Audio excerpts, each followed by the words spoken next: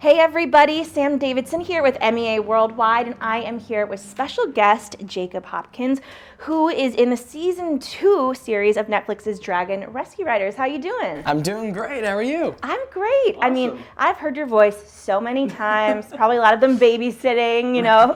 But you have had such an eclectic and amazing career for such a young age. What's it like now switching back and forth between doing that cartoon voiceover work versus doing live action stuff like the Goldbergs? At first, now it's just like second nature, you know, switching one-on-one. At first, I began doing live action work. I started acting when I was like 5, and then I started getting into live action work around like 6. And then when I was 11 is when I got Gumball, and that's when I started getting in that voiceover world. And it definitely is different when you're first starting out, because for voiceover, there's not as many rules as you have to follow when you're doing live action. For voiceover, you get to be as crazy and zany as you want to be. And wear whatever you want, I'm right, sure. Right, exactly. I know, that Not that nice. I did, but knowing that I probably could go to work in my PJs is pretty cool. True professional. I like that. So Dragon's Rescue Riders is a spin-off of How to Train Your Dragon, which is one of our favorite franchises. Were you a fan of that before you got the role? Oh yeah, and I was a fan before they even did the movies and TV show and Cartoon Network. I was reading the books non-stop when that stuff came out, and I remember not even being able to put it down. And then the movies came out, and then the TV show came out, and then I get the audition for Dragon's Rescue Riders, and that was like a dream come true at that point. Yeah, I'm sure. That's really cool. You manifested that basically since you were a little kid. So for those who haven't watched season 2 yet, or even season 1, how does the show, first of all, differ from the films, and how does season 2 differ than season 1? So it's on Netflix, first of all, so now it's available to stream. And Dragon's Rescue Riders is aimed towards a more younger audience, but also, families can watch it because it incorporates a lot of family values and what it means to be working with friends and teamwork and courage, and it takes place in a village called Hutsgalore, which is a village in the Dragons universe. And I play Axel Finke, a little bit of good, a little bit of bad character. That's a great name, by the way. Axel Finke. Yeah. That's fantastic.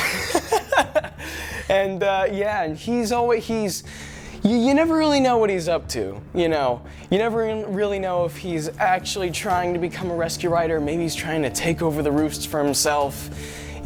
He's definitely got a lot up his sleeve. I don't even really know what he's all about yet, but I'm sure we will know. And so how does that story, continue to develop with your character in the second season here, as far as what we saw from the first one? Yeah, so when I first joined the crew, it was an episode called Finked, and I sneak into Hutsgalore from a faraway village that isn't even really mentioned. I'm kind of a mystery, and I turn out to be Magnus Finke's nephew. And Magnus Finke is the village crazy scientist, anti-dragon, wants to rid the world of dragons and take it over with the power of science. And I kind of infiltrate his little schemes, and then I infiltrate the Roos schemes.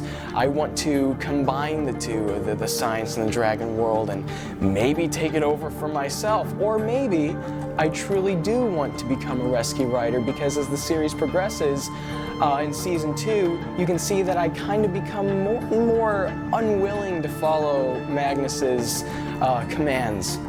And so maybe it's kind of like that rebellious teenage attitude I'm adapting now into the show. I love that. So do you ever get to meet any of your co-stars when you're doing work like this, or whether it's the premiere, or are you in the booths with them recording at all? Usually I'm recording by myself, but sometimes I do get to work with other cast members, Zach Callison, Nicholas Cantu, Brenly, a lot of people.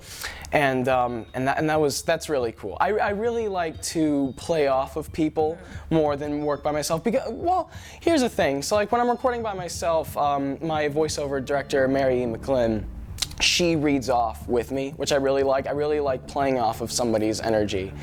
And it just kind of throws me into that moment, makes me feel like that character. I'm in that world.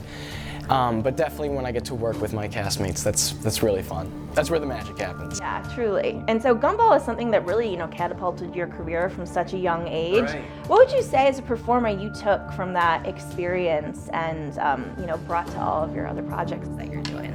I learned everything I knew about voiceover from Gumball. That was my first gig. I remember when I signed with my voiceover agent when I was 11, and then like the first audition I got, I'm talking first one was Gumball.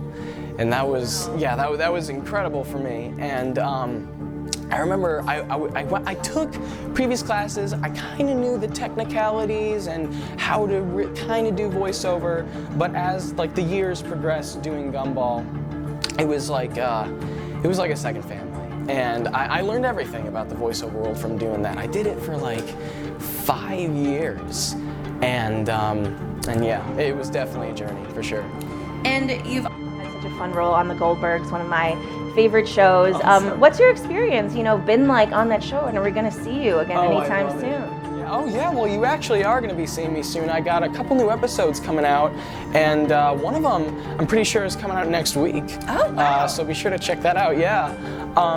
Working on Goldbergs is awesome. I got on there when I was actually starting out doing Gumball around that time, and I actually knew a lot about the 80s. As an 11-year-old, I got to thank my parents for that, yeah. And that was really cool, because like I've kind of grown to really love this 80s world, because I love the music, I love the pop culture, and everyone's great, of course. Sean Giambroni, Wendy McCovlin, everyone's great.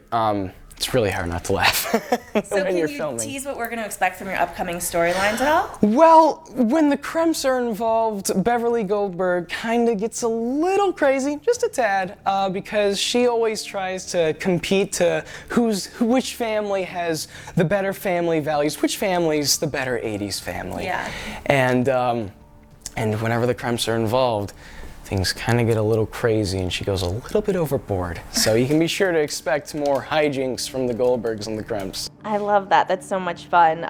You obviously have a very, very full plate, but you're also a celebrity ambassador of the Jonathan Foundation, Right. which is a nonprofit working towards better education for young children with learning disabilities. Why is that cause so important to you, and how did you get involved in it?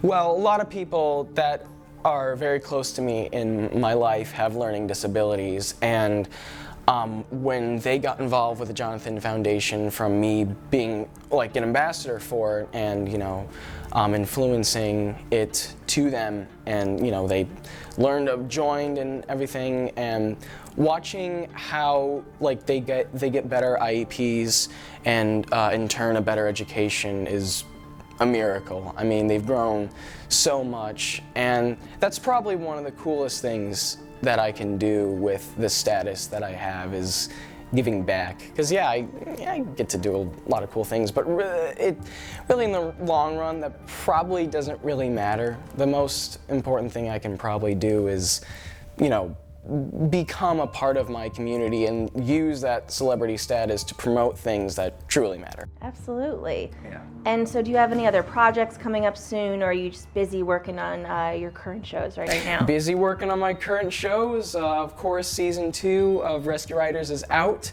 and I got more episodes of the Goldbergs along the way. That's awesome. And so you guys, if you haven't seen Rescue Riders on Netflix, make sure you go binge it. The first 2 seasons are available. And of course, as always, you can catch the Goldbergs every single week. We love it. All right. Well, thank you so much for joining us. Thank you. Thank you guys. We'll see you next time. Bye.